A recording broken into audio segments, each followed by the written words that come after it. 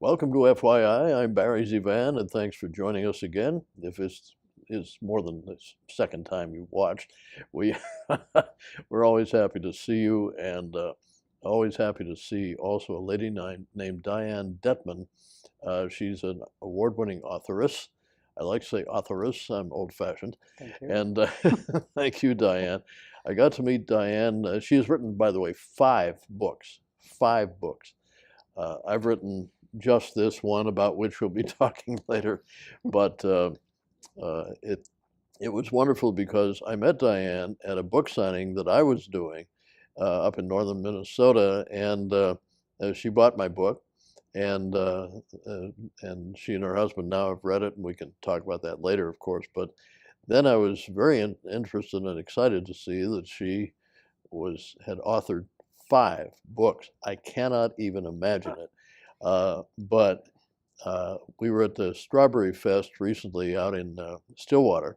No, in Afton. That's right, yes. Afton, Minnesota. And just spent 2 days learning all about her books. So Diane, please tell us, first of all, how you got interested in writing anything.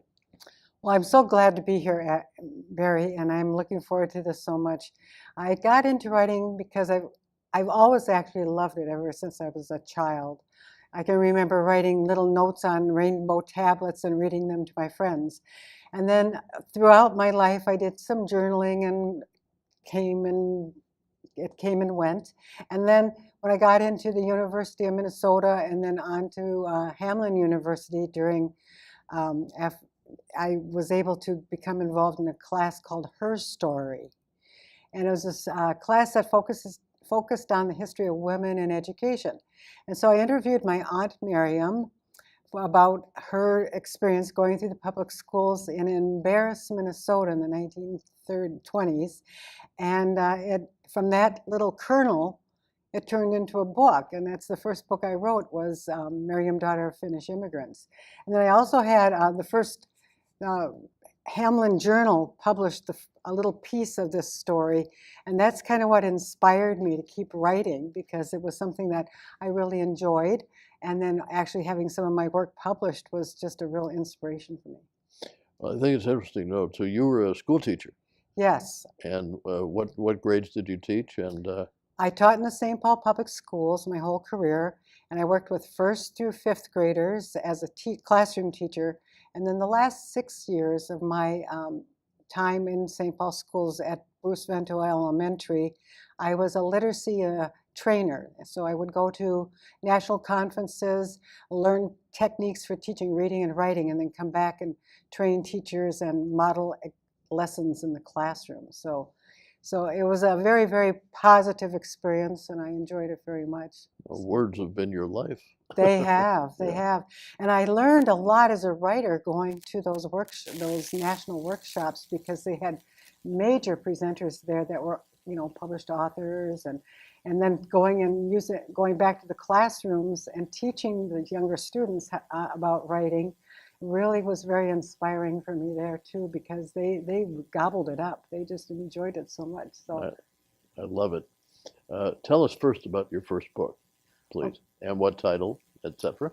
It's called MIRIAM, Daughter of Finnish Immigrants, and it's about my grandparents coming from Finland in the early 1900s and then settling in Embarrass, Minnesota in the 1920s, where they raised 7 children during the Great Depression. So it's a book about immigrants, which is a topic now that is very relevant, and it gives the history of the family and how hard they worked, the jobs my grandfather had to take in order to keep the family going and to survive up there in that cold climate in the winter, and then the lack of growing crops time, that it was a very short growing season. So they were very hard workers, and they had what the Finns call sisu, which means they have determination and the ability to rise above hardships and difficult times. So that's basically these are my great-grandparents. This is taken in Finland, and it's told from my Aunt Miriam's point of view, and it focuses a lot on the schools of the time, the education process, because that's where it came from initially. The little kernel for it was from the Hamlin Herstory class for education. Wonderful. I'm very familiar with Embarrass, and maybe much of our audience is too, because when I was doing the weather, or doing in the weather, depending on your perspective, Embarrass was so often the nation's coldest town, the coldest temperature overnight, in the 40s and 50s below. Absolutely. Yeah. How could they even survive that? Is that addressed in your book? Yes, it actually has a few small photos in the book of the homestead and how they actually purchased 25 small plot of land. My grandparents, my grandmother and grandfather, started their married life in Ely, and then when the first child was on the way, they decided they needed to move to a bigger home. And so they had a two-bedroom house or two-room house dragged to the property of, they bought 25 acres up front. And it was didn't have any insulation. So it was, but it was considered a deluxe house because of the fact it had two rooms and not just one. Yeah, so and from there they just basically built a life up there and eventually had a farm with, expanded the acreage and were able to have like dairy cows, dairy cattle, and a few other types of critters up there. But it was really a short growing season. Rutabagas and potatoes were about the main thing that would last and grow up there. Wow. Yeah, it was Incredible. Book number 2, what would that be out of your 5 books? That would be my memoir, 28 Snow Angels, A Widow's Story of Love, Loss, and Renewal. And it's a book that I wrote. It took 7 years to write. Oh my gosh. It's a very personal story, an honest account of the death of my husband in 2000. He had died at the age of 54. And the 28 in the title comes from the number of years John and I were married. We actually met at a bar dancing one night here, kind of in this general area. It was called the Rusty Nail is where we met. And we kind of hit it off. And so we got married in 1972, and we thought, well, we're going to have a long life together and that type of thing. But he got very ill in 2000. He was born prematurely in the 40s, so his lungs weren't very strong and well developed. So all through his life, he had difficulty with his breathing and his respiratory system. But he looked at everything. Everything was a glass half full, and instead of empty, he had a very positive attitude. Wow. But then in 2000, in June of 2000, he got very ill, and he was in and out of United Hospital, and then he died at home at the age of 54. So sorry. Yeah, thank you. It was, and we never had children, so I was pretty much hanging out on my own. I was teaching full time, and I took that literacy position 3 weeks after John passed, after the funeral. So it was kind of I thought maybe switching jobs and getting into a new environment would help, but it was really stressful for me. But eventually it worked out. So I do a lot of grief outreach with 28 Snow Angels. I present at the Koch Funeral Home in Cottage Grove every year, and they enjoy having me back because the book it's an honest portrayal of what I went through in terms of the grief, and then how I came back in terms of rebuilding my life, which the book mostly focuses on. My current husband read the draft of the book before it went to publication, and his advice to me was, well, make sure they have Kleenex for the first couple chapters, but remind them that I'm the humor in the book because it talks about dating online. Towards the end of the book, I deal with that, and then that's how I met my current husband on Match.com back in 2006. So you actually give talks about grief and grief counseling, etc. Right? I do, yeah. I'm not a counselor. I'm not a professional person in terms of grief, but the groups like having me come because I've actually experienced it, that I've gone through the journey, and I came out on the other side. So oh, thank goodness you have, and it's been a pleasure to meet Alan too. What a wonderful guy. Thank you. Yeah, he was with Anderson Window Walls for a lot of years, right? Yes, he was almost his whole, well, yeah, his whole career. And he's a wonderful guy. I'm just very blessed to have met him. So No, worked we're out blessed well. to have you. Well, thank you. You're welcome. So from Snow Angels, we go to fiction. Yes, I took the leap from memoir to historical fiction. And I thought, well, fiction, you can just make it up, is what the first thought I had. I thought, this has to be true because it's about whatever, me. And then I started thinking, okay, and I got into historical fiction. Well, that requires a lot of research, especially this World War II era. So the first novel, Courageous Footsteps, a World War II novel, took 3 years to write because I had to do so much research in terms of the war, and it takes place in the Japanese internment camps in this book during World War II, and starts right after the bombing of Pearl Harbor, when the Sakamoto family, they have 2 teenagers, and the parents are taken from their home along with thousands of other Japanese Americans and imprisoned in the camps. And so the book really follows this family to the camps, and then talks a lot about what they left behind, and then it just shows how many hardships they were forced to endure during that time. And it's a story that a lot of people, at least I didn't know much about it until I started really reading all about the Japanese internment camps. Because when I went through high school, that really wasn't in our history books back when I was in high school. So, and it's inspired by a Japanese family that lived across the street from me in Minneapolis when I was a little girl.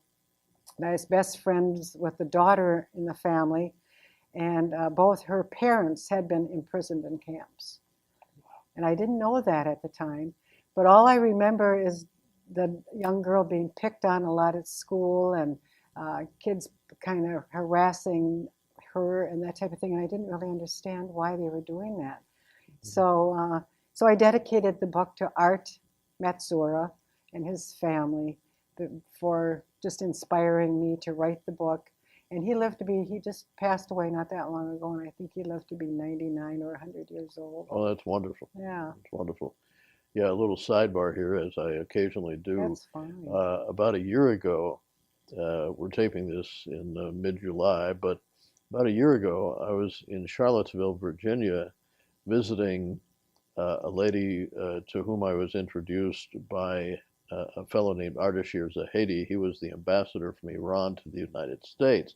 And Ardashir had amassed a great collection of very interesting people during his ambassadorial days in Washington, D.C., and all over the United States, really. And one of them was a lady who actually, her father was the commander of the Pacific Fleet at Pearl Harbor on December 7th. Oh, And gosh. she said that they came within a mile of being bombed. And of course, it was a big surprise. They had no idea what was happening. But she is one of the last survivors in the civilian side of being in Pearl Harbor on that day. And she told me that they were just absolutely terrified.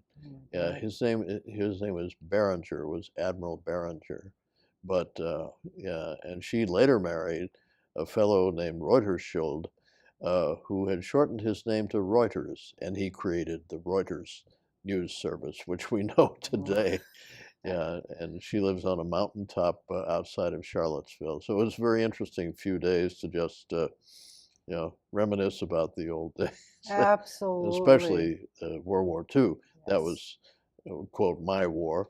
I was born in 1937, Right. and so I remember, it's my first memory. In fact, it's in my book.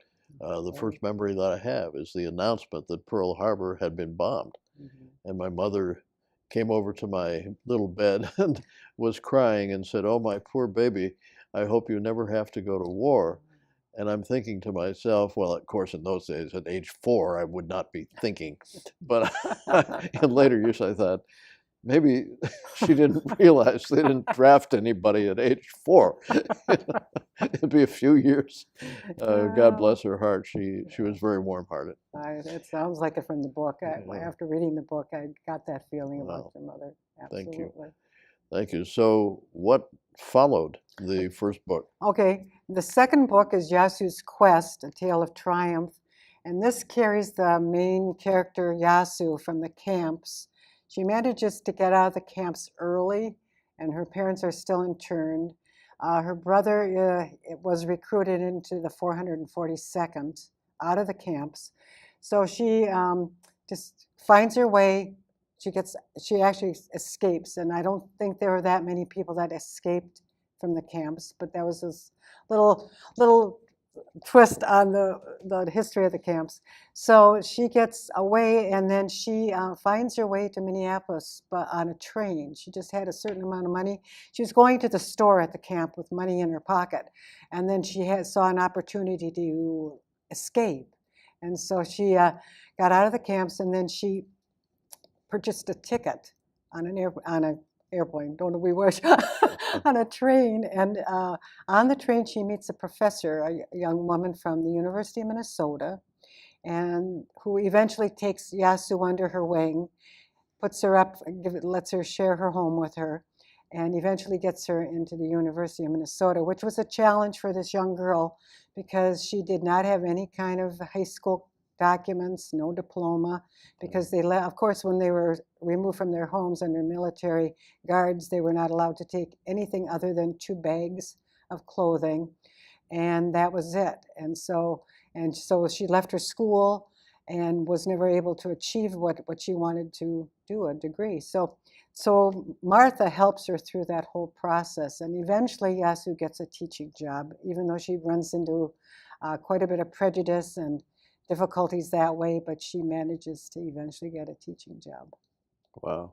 And of course, with your own teaching career, you could draw, I think, from your experiences, right? Exactly. And actually, this book took a little less research because I could do that. And so that was a little easier, but I still had to look up different things like radio programs.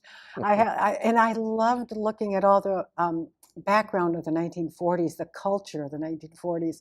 And it took me back to the time when I was like late 40s, early 50s, when I was a child. And I get goosebumps right now just thinking about TV being a big deal, brand new into our homes. And so so this book is really filled with a lot of the culture of the 1940s.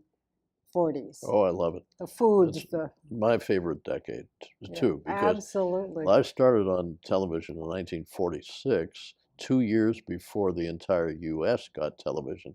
It was in New York City, and New York City had only 600 television sets at that time. Wow. On my first broadcast, it was with Bill Cullen and John Reed King, and Bill was the announcer. But I think in fact I wrote about it in the book, but that particular decade, in my opinion, because we transitioned from this incredible president who we had, Franklin Roosevelt, who brought us through the first half of the 40s, to a man who I interviewed, President Truman.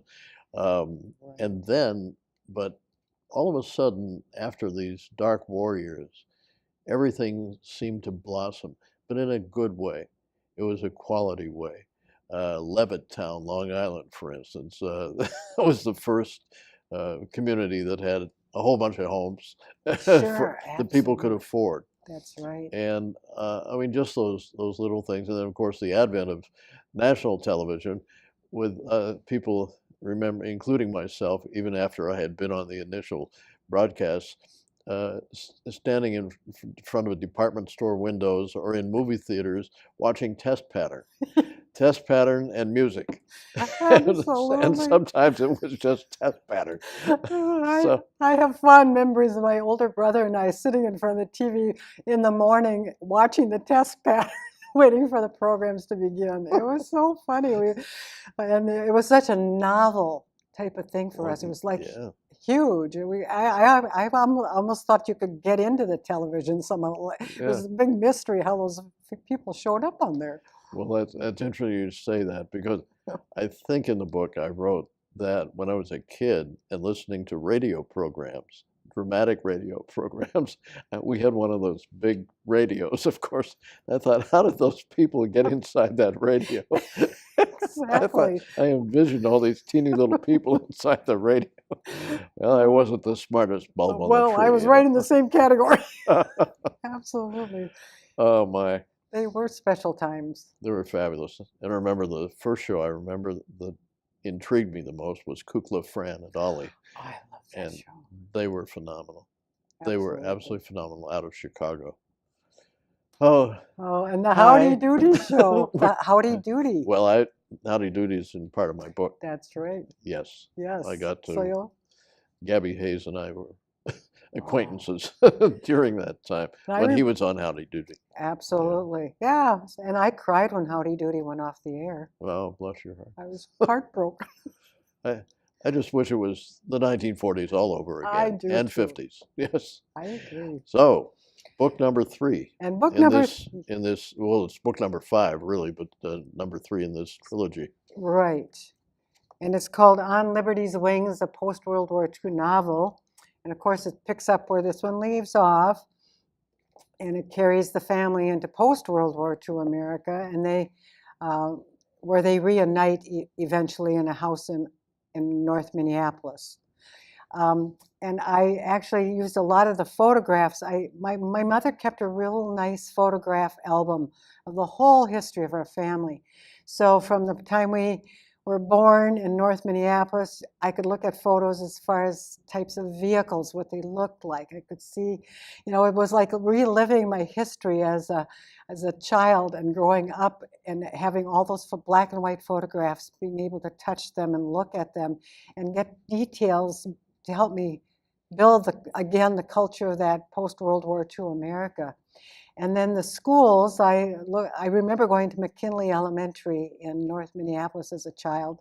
And so the school that YASU teaches in is kind of designed in the way that McKinley was. It was like you walked up several flights of steps and in the front door, and then up more steps and up more steps. So it was one of those really old schools. And so I used that as kind of the setting for a lot of her experiences with teaching.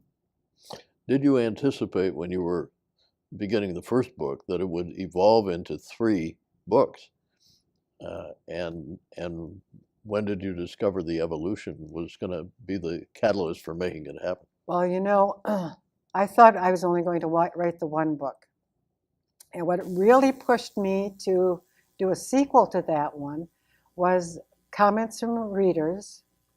And my husband's read all of my books.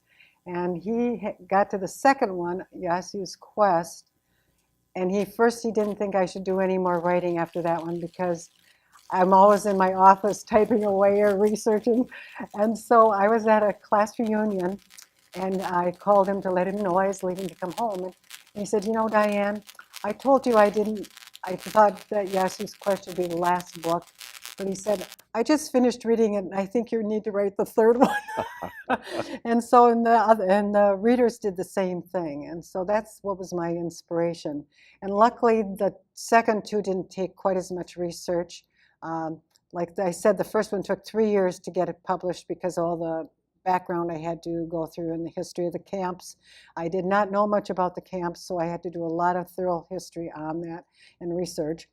And so that helped that the second 2 I really could just kind of pull forward. So this one came out in right after this one. So this took 1 year, and then this took 1 year. So it was a lot quicker process for me. Right. So, am I mistaken, or were most of the internment camps for the Japanese in California and Arizona? The majority of them were, but actually my neighbor was the Japanese couple. He was interned in a camp in California, and she was in a camp in Arkansas. Oh, so wow. There were other ones kind of scattered. There's Heart Mountain, I think, also. There's a couple other ones that are scattered in different areas, and there were some up in Canada, too. Oh, my gosh. Yeah. So I should have brought my map. I have a map. I do a lot of presentations with the book, so I have a lot of artifacts and slides show that I use to show the different locations of the camps. And it was most of the people were in for at least 4 years. High school students who wanted to go on to college could get a grant granted out of the camps if they could find a university that would accept them. So there were, but most of the people were, once they got into the camps, it was about 3 to 4 years that they were there, behind barbed wire under military guard. Wow. So as you said in the beginning, it's very reminiscent of some of the things that are happening today with the children and the immigrants and so forth and so on. Absolutely. Yeah. What can I say? It's just wonderful that you've written all these. Now, of course, the next question for your readers, and you are award-winning. Please tell us about the award. Okay, several of these books have won awards. This one, On Liberty's Wings, won the Reader's Views Award. It's as the Reader Viewer's Choice Award. And YASU'S Quest was also a Reader's Views Choice Award. And I recently earned the Book Excellence Award on Liberty's Wings also. Oh, congratulations. Well, thank you. That's wonderful. You're welcome. Yeah, so does this mean another book coming? I don't know if there's another one in the series. Several of the readers have asked if there will be a 4th book, but I have a book in my file that I've had for years. I started it back in 1995 when I had a writers group at that time that met at my house, and it's I don't know if it's a children's book or if it's a humorous adult book, but it's called. It's about a camel cricket. It's called Madison Cricket of the Valley, and it's about a camel cricket that invades this couple's house. And it actually is kind of set in Afton, Minnesota, because when I first moved into the house with my first husband, where we live in Afton up on a bluff, there were all these little brown crickets. They're not small. They're regular size, same as a real black cricket, and they were kind of jumping out of the cupboards, and they were kind of everywhere. Oh my gosh. And one morning I found one on my toothbrush, so I started thinking, I think this might be a good book to start writing, so that's might be my next project, so we'll see. Terrific. Well, I can't thank you enough, Diane, and the shameless plug time. My book is available on Amazon, and maybe you can verify that there are a lot of surprises in this book.